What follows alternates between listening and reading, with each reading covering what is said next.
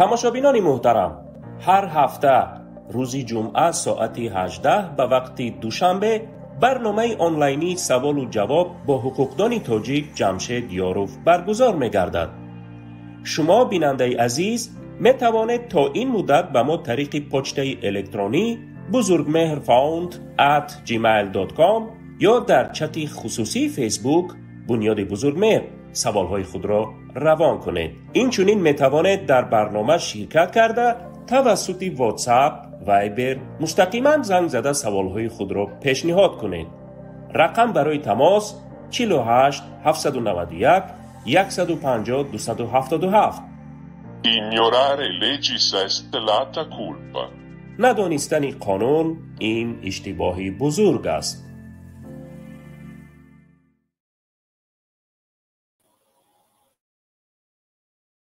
محترم، شما در برنامه نوبتی ما سوال هر وقت هر روزی وقت ما برنامه سوال جواب سوالهایی که در مورد جان از اونها کرده باشه پیشنهاد میکنم. آنلاینی هست شما در این مورد توانید باشه چی در هفته آنلاینی یا چی در همین برنامه یوتیوب دیگر و دیگر با سوال شما در پاسخ پیشنهاد کنید. از اون که با جواب دادن با سوالهای شما آغاز میکنیم، درباره یک اعلان ما، یک اقدامی بنیاد بزرگمهر برای شما فهماندنی هستم و تکلیف دارم که شما اون رو دستگیری کنید. این اقدام ما نام دارد انکیتا یا که سوالنامه برای اون افرادی که زیر تحت تعقیب مقامات قدرتی جمهوری تاجیکستان قرار گرفتند، البته که بی اساس قرار گرفتند و هر شخصی که از طرف مقامات قدرتی جمهوری تاجیکستان بنابر آنکه فقط مناسبت خویش تباری با یگان زندانی سیاسی دارد، با یگان افرادی که در صف اپوزیسیون هست دارد، یگان شناسایی دارد وابسته به افرادی که موقع سیاسی اجتماعی موقع دیگری جمعیتی دارد بر خلاف آن اگیتاسیا و آن گفتگوهای حکومت امروزه، آن شخصانی که بنابر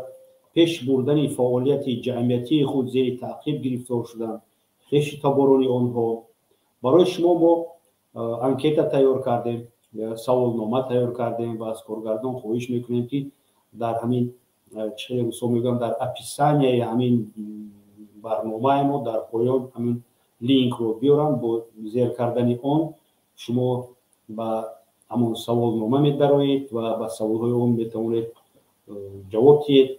در اونجا البته که یک نقطه‌چه هست که میتونید انتخاب کنید که میخواهید که معلومات های شما در سایت ما چاپ شوند یا اینکه نمیخواهید چاپ شوند. برای چی این سوالنامه لازم است؟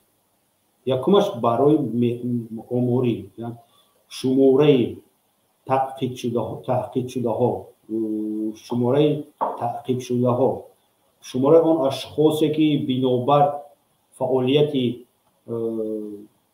اجتماعیشون، فعالیت مدنیشون، فعالیت همین جمعیتیشون یا که گفتی رو سوگم هم پروسته که همین یک خیش تباری نزدیکی محبوس هستن سیاسی یا که یکون مناسبت دارن ولی در اصل یکون عملی صادر نکردن، اونها رو زیر تعقیب فشار میارن. مثال کی ها میتوانند؟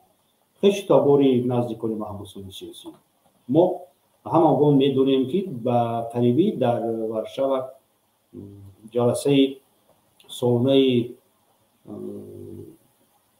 همکاری اروپا برگزار شد ساحه و در نتیجه اون چند نفر از همون برآمد کننده ها از تمام گروه ها که گروهی 24 افرادی از پیمان ملی جمهوری تاجیکستان، حتی از تشکیلات ما فوند بزرگمهر، شخصان الهیده مستقل، خیش تبار آنها تحت فشار تعقیب در تاجیکستان بنابر فقط فعالیت خیش تبارشون قرار گرفتن. برای همین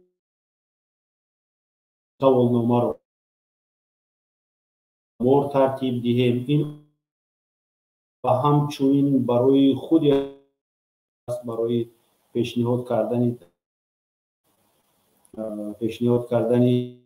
تو با مقامات بین الملل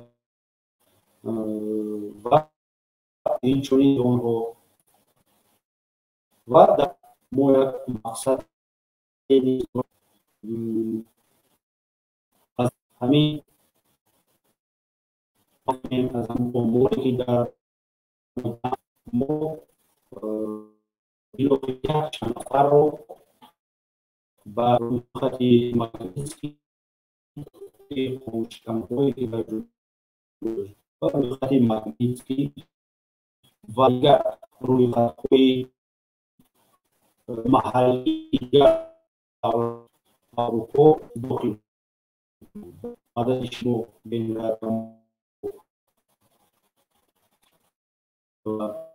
خوب بشوتی اما با کردن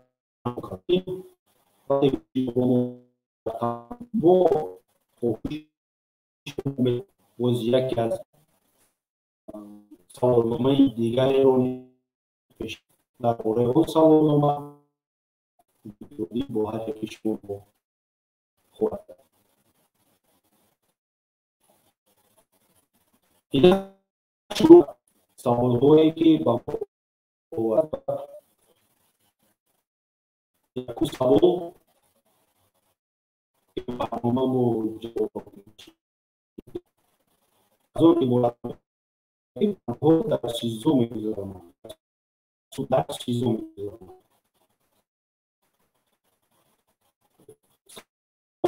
شده است وابسته به صدای وزیرستان که همه میگویم نسبت اون شخصانی نه فقط نه اینکه حکومت رو یا اینکه یکی از افراد همین حکومت رو کارگرانی مقامات دولتی رو تحقیر میکردن بلکه تنقید میکردن. در اینجا باید فرق کرد کلمه های تحقیر و تنقید، هرچند که در سرقانون جمهوری تاجیکستان آورده شده است که تنقید در جمهوری تاجیکستان اجازه داده می شود، ولی همین مفهوم در سری کارمندان مقامات قدرتی در مفکوره اون منصبداران تماما دیگر شده است. تنقید آنها تحقیر میشمارند و خود را تحقیر شده حسابیده وابسته از منصب خود، وابسته از شناسایی خود اشخاص را با دعواهای گوناگون پس پنجره میکنند. پرونده ژورنالیستان مشهور، آوازه‌دار تاجیک، بلاگران تاجیک امروزها همیشه خیلی که ما ببینیم در سیزو در مؤسسه های میگذارد که داخل شدن آن با شخصان عادی غیر امکان است، یعنی در سیزو میگذارد. پرونده عبدالله غربتی، عبدالسلام پیر محمدزاده، همه این غیر قانونی است. میدونید در کدام پرونده باید در درون سیزو گذارده شود؟ اون پرونده ای که گذراندن اون در سود چی برای اهالی خطر داشته باشد بنابر خوف واقعی و هجوم، فکر میکنیم هجوم به خود بنای سود از طرف جانبداران همان سودشونده بهره آزاد کردن او، یا اینکه برگزاری شدن یگان تظاهراتی که به خرابی ها میآورد چون این باشد، یا اینکه خطر به خودی کارمندان مقامات قدرتی. ولی در پرونده عبدالسلام پیر محمدزاده عبدالستار پیر محمدزاده ما یکون چونین علامت رو نمیدیم، یعنی که در پرونده دلیر غربتی، در پرونده بزرگمهری و در پرونده اعضای حزب نهضت اسلام 2016 سال چونین یکون علامت نیست. همین حال در تاجیکستان گذراندن پرونده ها در سیزو این معنای باید دارد که دغل هم کرده گویم جمعیت توجیک نباید یگان چیزی انیق فهمد درباره پرونده. امکانیتی شنیدن سخن خود سودشونده باید داده نشود به یگان کس. فقط شما موقع مقامات دولتی رو باید فهمید که پیر محمدزاده گناهش رو اعتراف کرد. پرونده هایی که سیری دولتی حتی دارن باید در بینای سود میگذارن. برای چی دولت حکومت، برای چی انیقترش نه دولت نه حکومت، برای چی ما اندازپرنده ها از حساب خودمون بیناهای سود تشکیل میکنیم، بیناهای سود میسازیم، با سودی ها ما اولیگ میتیم، با کاربران سود اولیگ میتیم.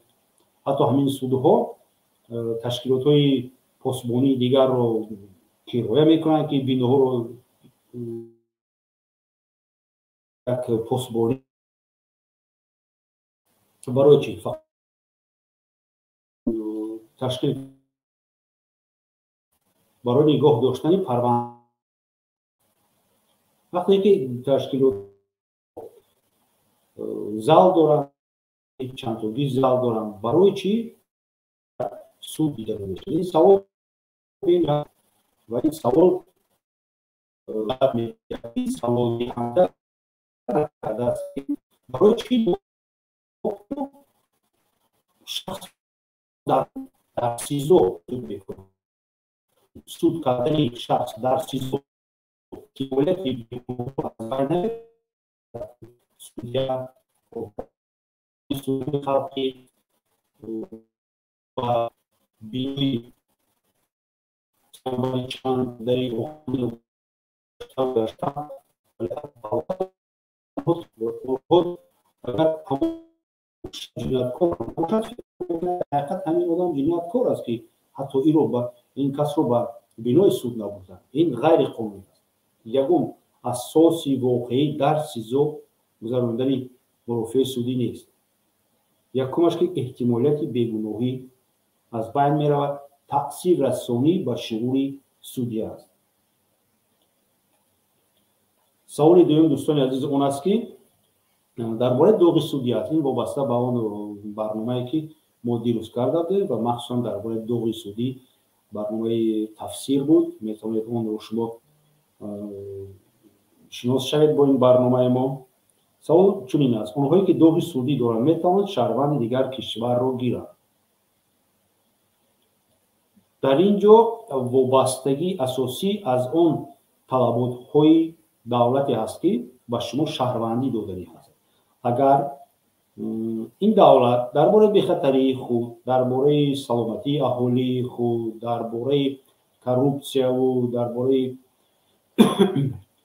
پس کردن سطح جنایتکاری در دولت خود فکر نکنه،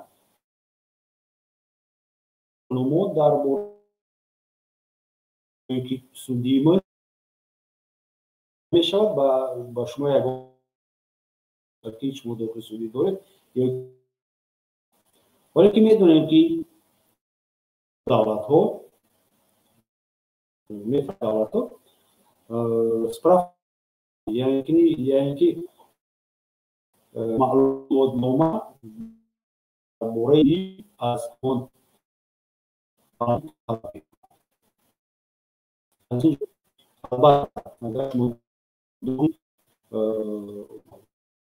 نوبوده شما یعنی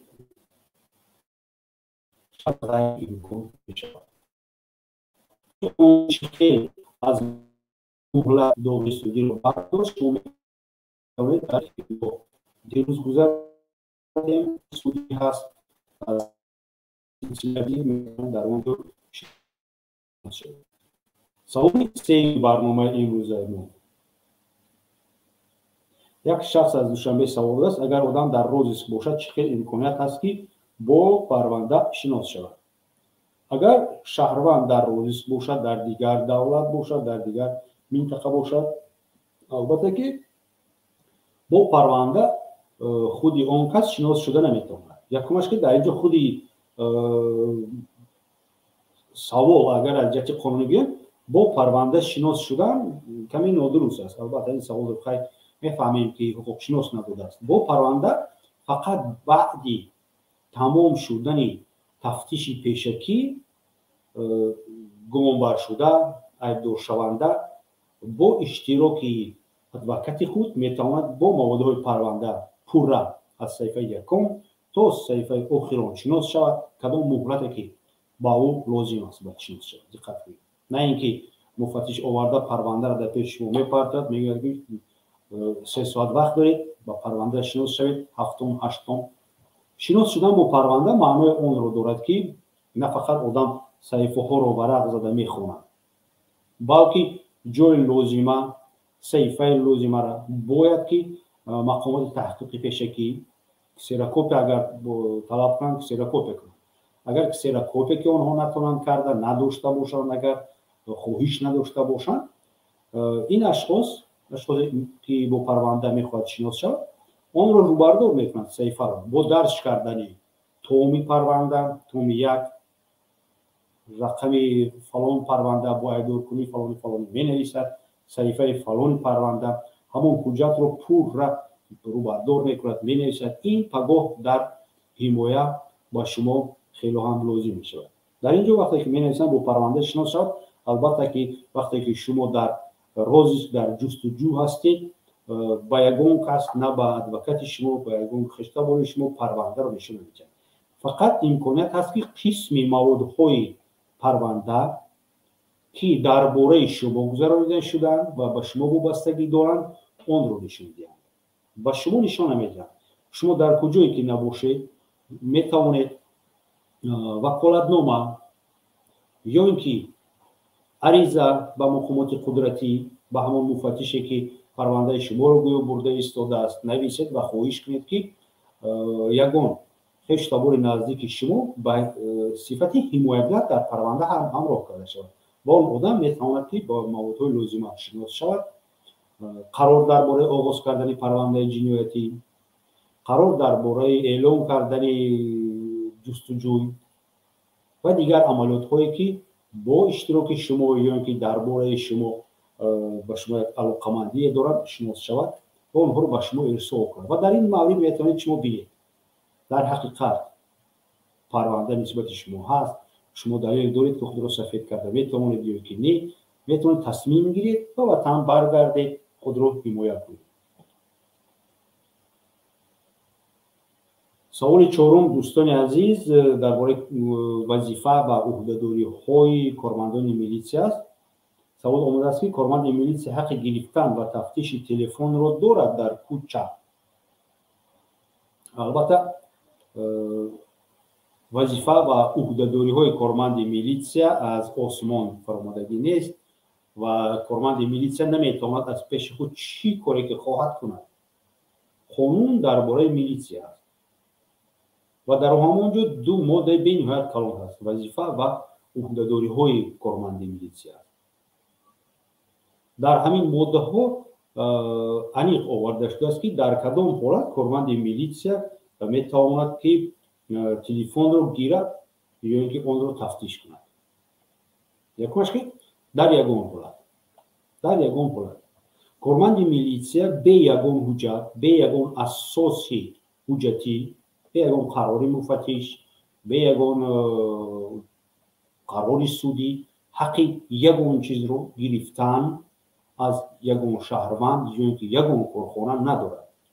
با استثنایی اگر بر علاوه معین باشد که همین حجت همین اشخاص بر علاوه قلبکی است، گرفته گشتن استفاده بردن همین یگان مال، همین یگان مواد غیر قانونی است. از طریق بانک، از طریق автомат گرانتمیات. البته که بیننده دست شما گرانتمیات شما در مرکز شهر دوشنبه گشت و زور دارید، کارمند میلیسیا اومده به یگان پروتکل به یگان چیز او را از دست شما کشیده میگیرد. پیستولت در دست شما از دست شما میگیرن. بانک در دستتون شما کشیده ایستاده و گیرین همچون سیمشکا فروخته ایستاده در میدان آزادی. البته انتظار نمیشود کارمند میلیسیا که یک پروتکل بیاید یک مفتش با اون فرمانده. البته اون چیزی که بر علاوه استفاده و گشتگذاری او در تاجیکستان غیر قانونی است آن را گرفتن حقوق دارد. ولی گرفتن تلفن شما در کوچه کوبس بچه بینیم در تلفن چه با یگان گروه ممنوع قطع اعضا نباشید با محمد اقبال صدرالدین لایق نمونده باشید. اگر این چیزا عموما اساس نداره شما میتوانید تلفنتون رو کشید میگوید که در کدام اساس شما تلفن ما رو تفتیش کرده هستید. آیا من گمان بر شده هستم؟ در کدام اساس گمان بر شده هستم؟ مرا گمان میبرید به صادر کردن یگان جنایت؟ من اگر گمان بر شده باشم قرار یگان مقامات تحقیق پیشکی هست که من گمان بر هستم. مفتش هست، تحقیق برنده هست. همون مفتش همون تحقیق برنده یگان پروتکلی یافته گرفتنی تلفنی من رو به شما داده است. شما در کدام اساس تلفن من رو میگیرید در اون رو میکوبید؟ هست یا نیست من به شما نمیگویم. من زیدی شما زیدی سیاست دولت یکون چیز نگفتم. من حقوق خودم رو حمایت میکنم. از این لحاظ کارمند میلیسیا حق گرفتن و تفتیش کردن تلفن شما رو هیچ وقت در کوچه در یگان جا نداره. تفتیش و گرفتن تلفن شما فقط همون مورد ممکن است که نسبت شما یگان پرونده آغاز کرده باشد، یگان مواد در رفت سنجش باشد و فقط در اساس پروتکل گرفتن و از نظر گرفتن. سوال پنجم امروزه برنامه ما درباره گرفتن کودک از پدر و مادرش است.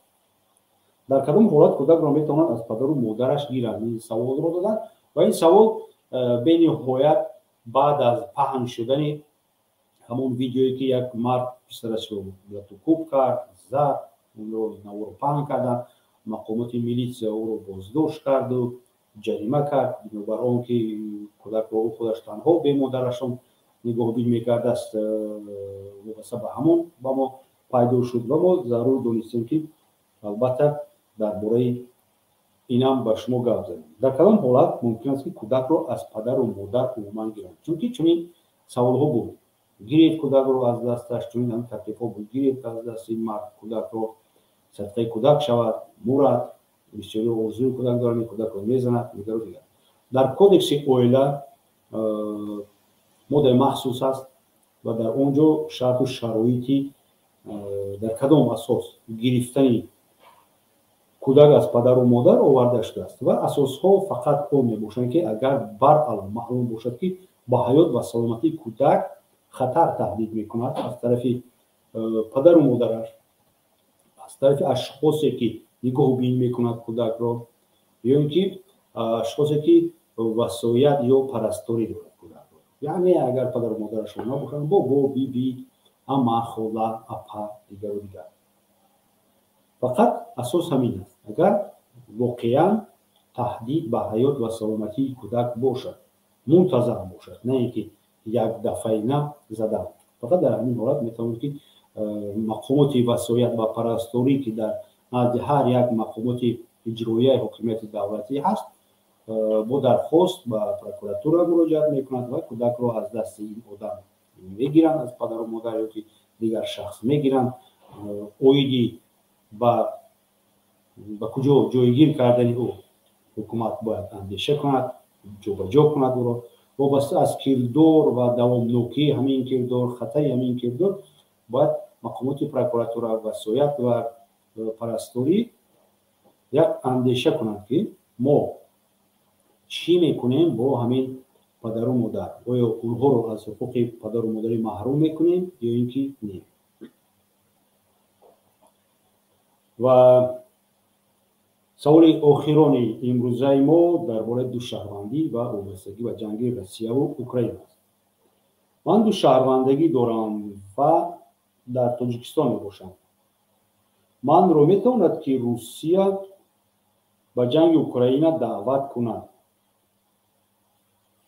وقتی که شما دو شهروندگی دارید، شهروندی هم روسیه هستید و هم شهروند تاجیکستان، ولی عین حال در تاجیکستان زندگی میکنید، طبق قانون، طبق منطق شما تابع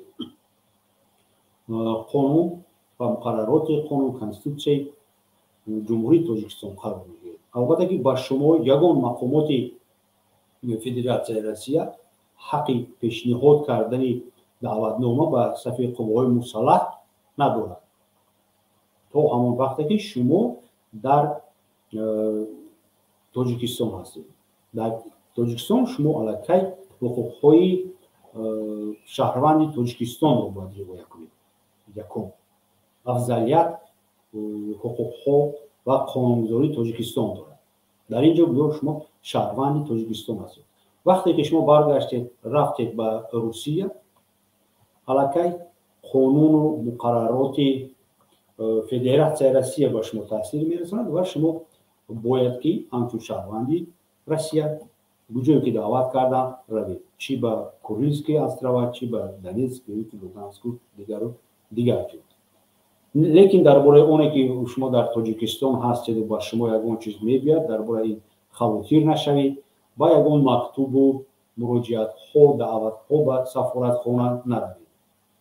شما اگر فقط شهروندی روسیه می بودید، شما وظیفه دار بودید که روید به سفارت خانه دیگر رو دیگر رو. وقتی که شما دو شهروندی دارید، شهروند تاجیکستان روسیه و عین حال در تاجیکستان هستید، پس با شما حقوق افضلیت‌ناکتر رو مقررات قانونگذاری تاجیکستان دارد، نه اینکه روسیه. و یک سوال علاوه‌ای دیگه هم با ما اومده است به طریق واتساپ. عین حال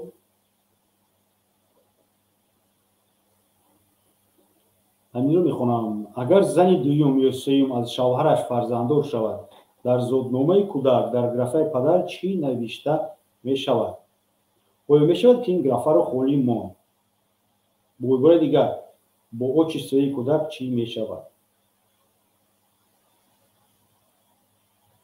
در کودکس اویله و همچنین در باره دستور عمل اوید فعالیت مقامات ثبت اسناد حالت شهروندی در این باره معین کرده شده است، نوشته شده است که نامناسب کودک، نامناسب که اوچیستوی کودک در حالت نامعین بودن پدری کودک، یعنی که اگر همون زنی که تولد کرد در نکاح رسمی نباشد، پدر معین نباشد، وابسته از خواهش و نشانداد خودی همین زن نوشته می شود.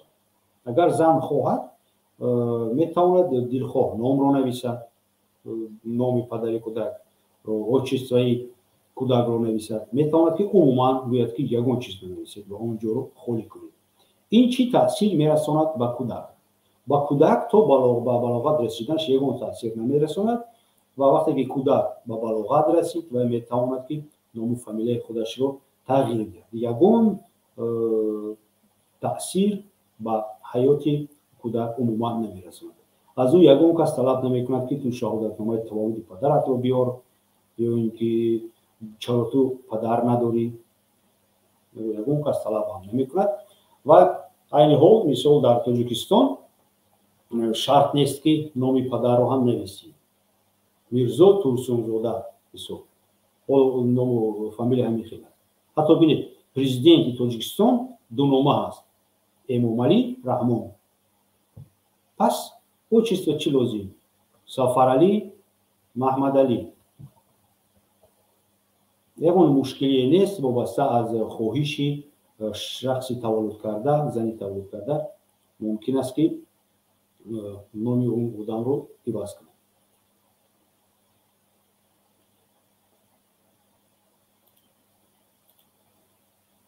عین حال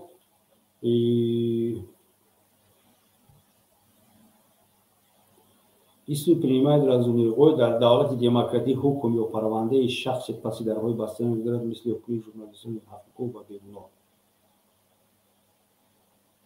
البته در دولت دموکراتی حکم یا اینکه پرونده های شخصایی که جمعیت دقت مخصوص به آنها میکند، حتما باید که در мавриди кушода бошад. ҳозира системаи давлатдории мо чунин маълум мешавад, чунин вогузор мекунад ки мо шаҳрвандон муттаҳам ҳастем аз онҳо. мо бояд шукр кунем ки прокурори генералӣ дорем, мо бояд шукр кунем ки як қатор қабилаи судьёҳо ҳаст, прокурорҳо ҳаст. худоро шукр ки сизо дорем, дар онҷо мардумро суду турма мекунему, медароянд, номашона намебинем. онҳо фаромӯш карданд ки онҳо ҳисоботдиҳанда ҳастанд дар пеши мо. ва вақте ки ҷомеаи шаҳрвандӣ як диққати махсус пайдо мекунад ба парвандаи Абдуллои Ғурбатӣ, марҳамат карда ба мо фаҳмонед барои чӣ Абдуллои Ғурбатӣ ёки Абдусаттор Пирмуҳаммадзода гунаҳгор аст. кадом амали ӯ ҳамкорӣ бо ҳизбҳои мамнун дар Тоҷикистон ҳисобида мешавад. барои чӣ шумо парвандаҳоро махфӣ мегузаронед? махфияти ҳамин парвандаҳо дар чист? куҷоаш махфӣ? бо кадом ташкилот ҳамкорӣ кардааст Пирмуҳаммадзода? вақте ки худатон гуфтед бо Паймони Миллӣ ёки ҳизби Наҳзати Ислом, ёки бо кадом роҳ кардааст? вақте ки худатон мегӯед ки лайк мондаасту ба кадом савол ҷавоб додааст, намедонам чӣ коре кардааст. сири давлатиаш дар чист? парванда паси дарҳои баста фақат дар ду ҳолати асосӣ бояд гузарад. вақте ки парванда ҳамон ҳам дар СИЗО небуд, дар СИЗО ягон кас нагуфтааст ки парванда бояд гузарад. дар толори суд, дар бинои суд паси дарҳои баста дар ҳолате бояд парванда гузарад ки дар ин парванда гап дар бораи ягон аломатҳои ҳаракатҳои ҷинсӣ меравад. мисол парвандаи таҷовуз кардани як духтар. ва албатта ки он духтар хештабори ӯ намехоҳанд ки дар парвандаи кушо дилхоҳ шахс даромада гӯш кунад ки ӯро чӣ хел таҷовуз карданд, чӣ хел ҳамон рафти таҷовуз гузашт, дар куҷо, ки чӣ гуфт, он мард аввал чӣ кор кард, баъд чӣ кор кард, чӣ хел кард. албатта ин як таъсир мерасонад ба одам, шаъну шарафи паст мешавад. чунин парвандаҳо паси дарҳои баста мегузаранд.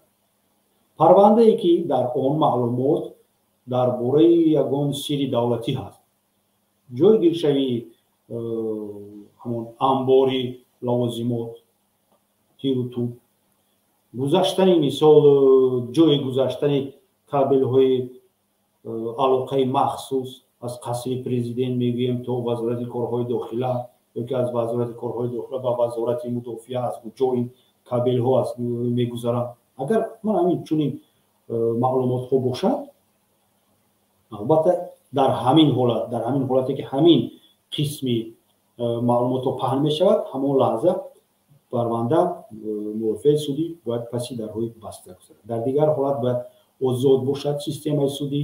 дилхоҳ шахс аз берун ҳуқуқи даромада иштирок кардан, шиштанро дорад. вақте ки мо мегӯем ки вазорати адлия, яъне ки вазорати адолат, чӣ хел адолат вуҷуд дорад, вақте ки мо наметавонем онро бинем, мо наметавонем ба суд ки дар он ҷо адолат биё барқарор мешуда аз номи мо шумо касиро суд мекунад, мо ҳатто наметавонем дароем, иштирок кунем, ягон маълумот гирем. ҳама ин аз он шаҳодат медиҳад ки албатта сохти давлатдории ҷумҳурии Тоҷикистон айни ҳол демократӣ нест. реклама кардану навиштаҷотҳо банависанд ки давлати Тоҷикистон соҳибихтиёр аст, демократӣ ҳаст, ягона ҳаст, ин фақат як ният аст, ният, орзу, дигар ҳеҷ чиз. Саид Ғайбов нависад бародар, хуби дар давлати оянда одамони бегуноҳро аз маҳбат озод мекунанд ё не? ман чунин фикр мекунам ки шумо Саид Ғоибов дар бораи давлати оянда гуфта фикр доред ки вақте ки ҳокимияти ҳамирӯзаи Тоҷикистон тағйир ёбад ва оппозитсия ҳукуматро ба даст гирад, ҳамаро аз маҳбас озод мекунанд ё не? ман фикр мекунам ки ҳатман бояд як авфи умумии зиндониёни сиёсӣ гузаронида шавад ва албатта ки ҳамаро набояд озод кард. дар маҳбас на фақат ҳама маҳбусони сиёсӣ ҳастанд, дар он ҷо дуз ҳаст, қалоп ҳаст, одамкуш ҳаст, ҷинояткороне ҳастанд ки онҳо набояд озод шаванд, бояд ҷазои худро гиранд. вале парвандаҳои он маҳбусони сиёсие ки ҳалакай мисол мегирем нисбаташон қарори созмони милали муттаҳид баромадааст. дар бораи онҳо мо пурра медонем ки инҳо маҳбуси сиёсӣ ҳастанд, аз қабили маҳмурод одинаев, аз қабили иззат амон, бузургмеҳри ёров, дигарон онҳо бечину чаро бояд фавран озод карда шаванд ва умедвор ҳастанд ки ҳукумати оянда ин корро мекунад. вале агар ҳукумати мо як ҷасорати сиёсӣ, як ҷасорати мардӣ медошт, айни ҳол бояд ки ин ашхосро озод кунад ва як нишон диҳад ба худи ҷомеа ки ҳукумати мо ҳукумати золим нест, ҳукумате аст ки таҳаммул мекунад, ҳукумате ки мебахшад. 28 сол додан барои як инсон бениҳоят ҳам вазбин аст. онҳо фикр мекунанд ки баъди 28 сол одам ислоҳ мешавад. 7 сол 8 сол мисол бас нест? албатта ки бас аст. 28 сол истодан ин ашхос аллакай як робитаи худро ба ҷамъият, ба замон, ба макон тағйир медиҳанд, дигар мешаванд ва фикр мекунам ки чунин муҳлатҳои тӯлонӣ додан ба шаҳрвандони мо дар ҳақиқат ғайриқонунӣ, ғайримантиқӣ ва ғайри гуманистӣ аст.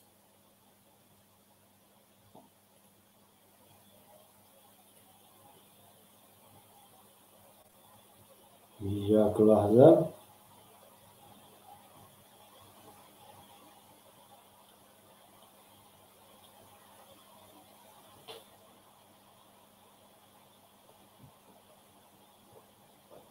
تا وقتی که من خپ هستم دوستان تلفن رو نگاه دارم، یگان سوال دیگر نباشد شما فرصت رو غنیمت دانستن و مرحمت روان. این حال انتظار نباشد دوستان خیر مردم اگر که در برنامه онлайни шумо савол کنید شما میتونید در کامنتاری یا در تلفن شما داده میشم پشت ما حتما با شما جواب خواهیم داد. درباره اعلانی که درباره انکیت درباره ترتیب دو رسانه‌ای کردیم اون رو فراموش نکنید. بین حکومت ترتیب داده شود جهان تشکیلات بین خودی شما بیشی شد درباره واقعی سیاسی خود در تاجیکستان زیر تعقیب قرار گرفته با کدام ماده ها و دیگر و گفتم که در عموم برای چی ملازم است؟ برای مراجعت کردن با مقامات حقوق، با تشکیلات های بین المللی، برای امور ترتیب دادن، همچنین برای حمایت خودی آنها و در اساس برای خط بنام برای خط ماگنیتسکی و اینچنین دیگر روی خط های محلی دولت های علاهده کشورهای اروپا داخل کردن یک چند نفر جنایتکاران از جمهوری تاجیکستان. مرحمت در خط فیروز گفتنی آدم است، سخن رو با او میدیم.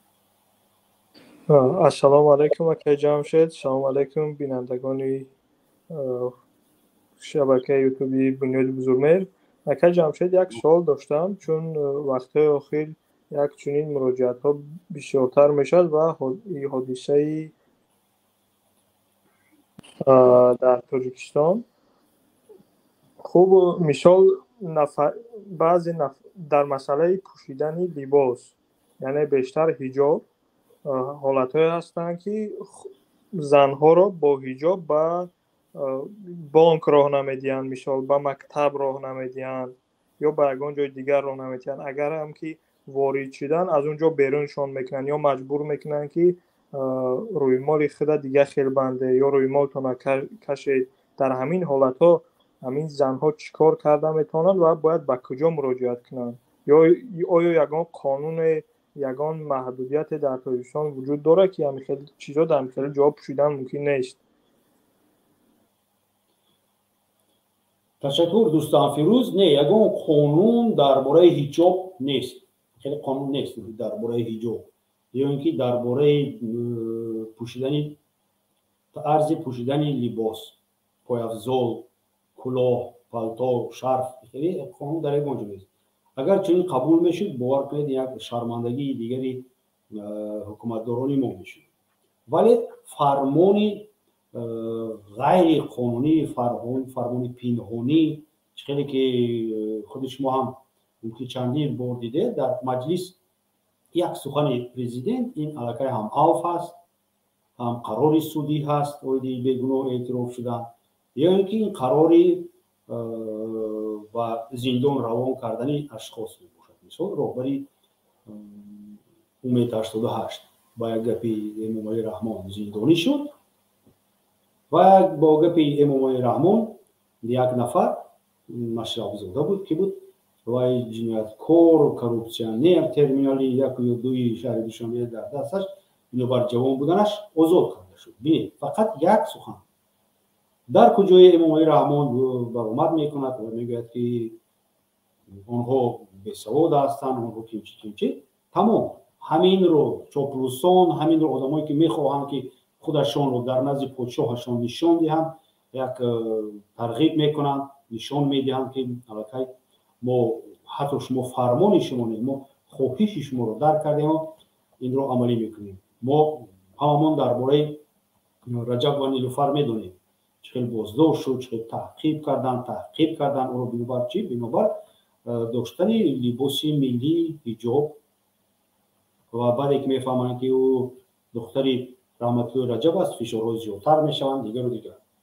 البته یگان قانون نیست درباره این طلبات های خود همین بافته غیر قانونی کارمندان مقامات هست. در این مورد چی کار باید کرد؟ در اصل میشود کار کرده فیروز، ولی به نهایت دراز است، به نهایت مشکل است. همه اون مقاماتی که اون شخصانی که با شما برای حمایت حقوق خودتان مراجعت میکنید البته که طرفی حکومت رو میگیرند، چون که کارمندان حکومت هستند.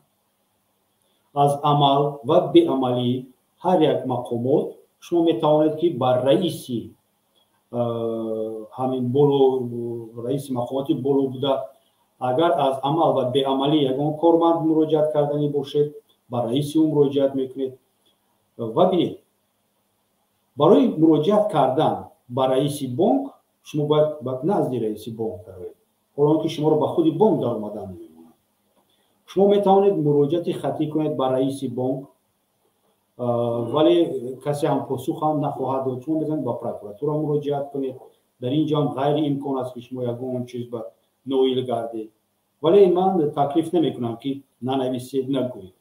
شما باید حتما همین حالت ها رو یک قید کنید، نویسید، مراجعت کنید به همه جا. باید که حقوق کانستیتوشنی شما با طرز ifade و فکر و عقیده خود آزادی بیان، این هم یک آزادی بیان است. وقتی که آدم لباس ملی میپوشد، حجاب میپوشد، او با مردم بیان میکند که من مسلمان هستم.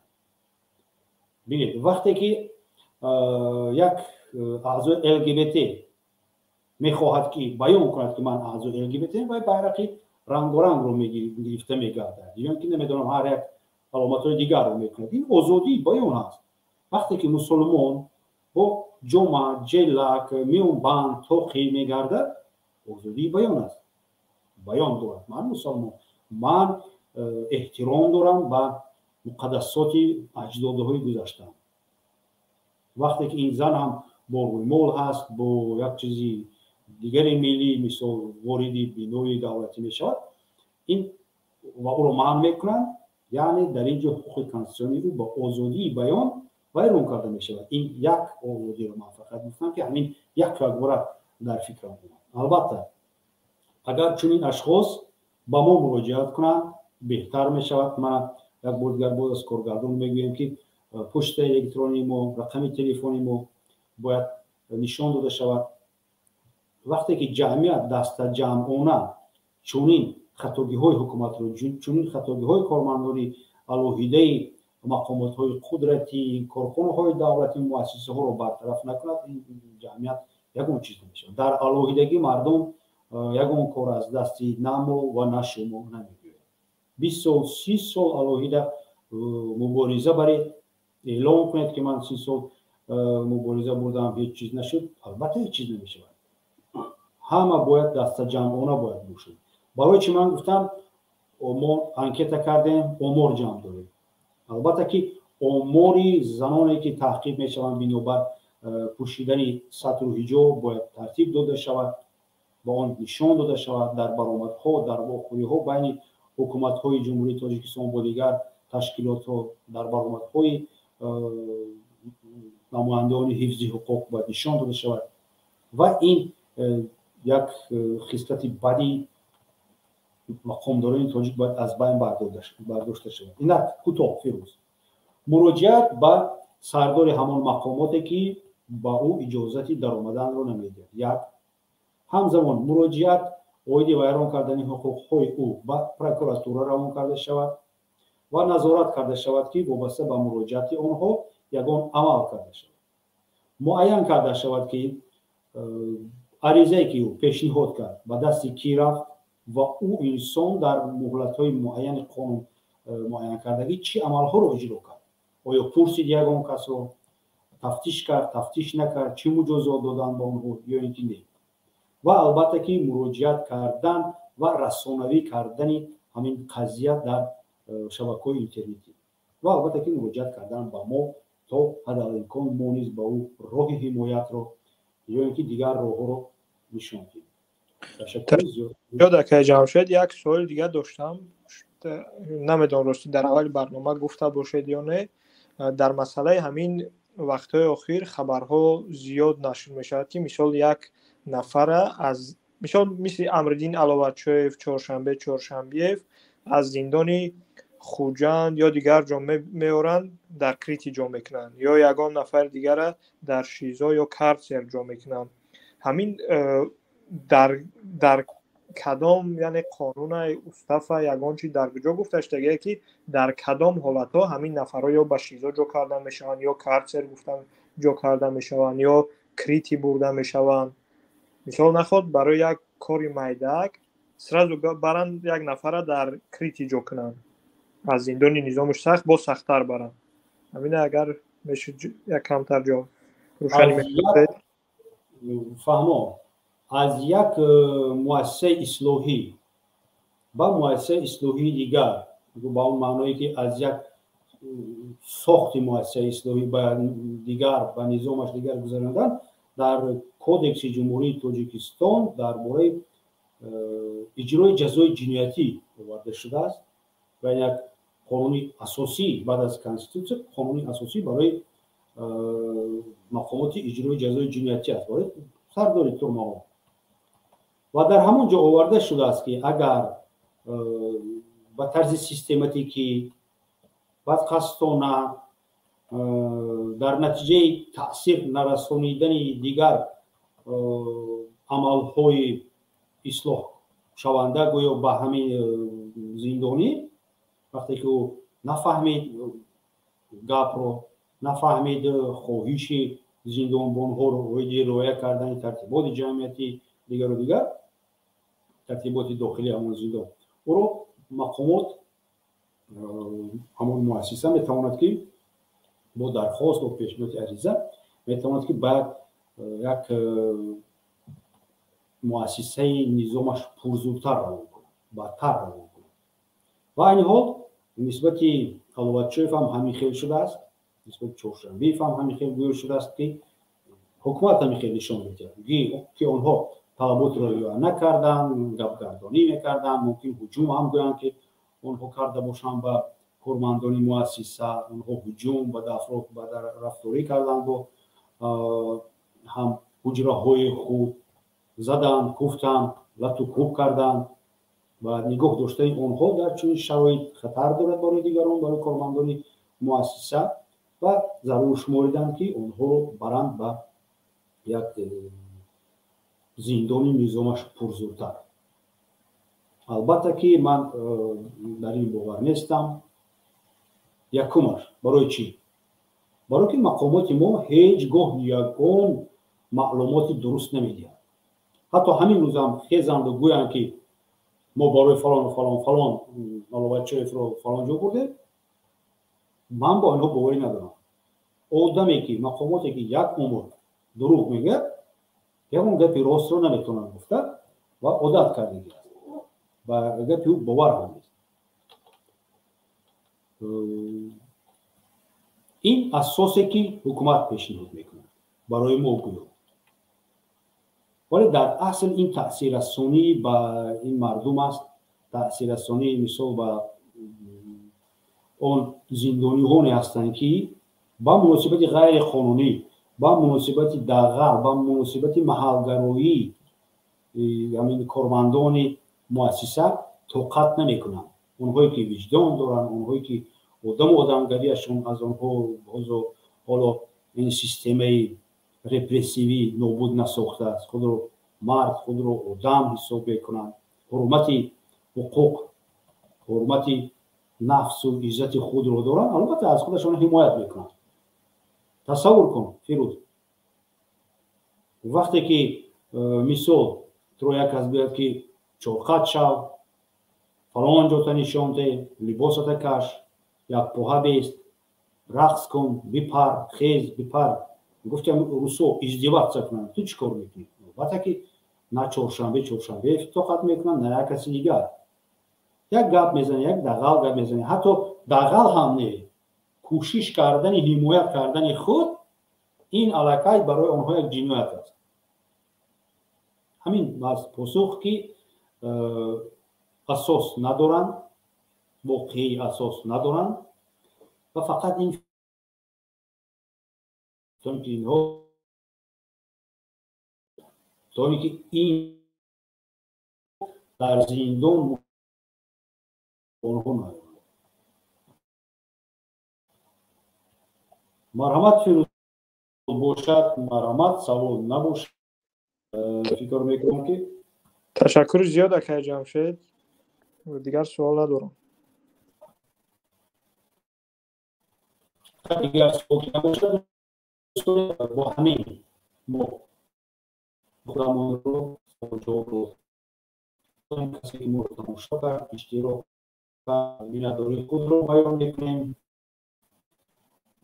درباره اعلانی که از اول کردم و در پایین برنامه دیگر با میگم کوشش کرده میشه که در سنه سیلکه همون افرادی تحت تعقیب جایی که هر یک کسی خود رو تعقیب شده حساب میکند از دست مقامات قدرتی تاجیکستان بنابر داشتن یگان موقع سیاسی، اجتماعی، مدنی، نمیدونم فعالی جامعه شهروندی بودنشان یا که داشتن یگان خوش‌تباری با محبوسان سیاسی، مرحمت اون رو پر کنید. اون برای ما برای آمار در کار است، برای نشان دادن شماره تعقیب شده و درباره نشان دادن حالت وضعی حقوق بشر در تاجیکستان. یکم برای حمایت خود شما، برای مراجعت به سازمان‌های بین‌المللی و مقامات‌های دیگری بین‌المللی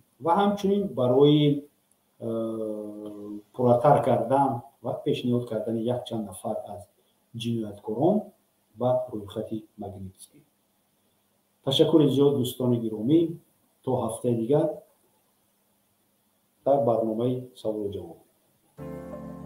تماشابینان محترم، هر هفته روزی جمعه ساعت 18 به وقت دوشنبه برنامه آنلاینی سوال و جواب با حقوقدان تاجیک جمشید یاروف برگزار می گردد.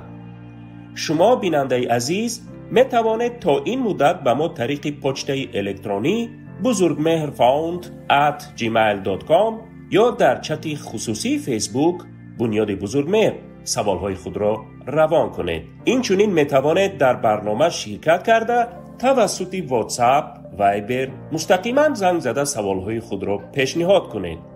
رقم برای تماس 48 791 150 277 Ignorare legis est lata culpa. ندانستن قانون این اشتباهی بزرگ است.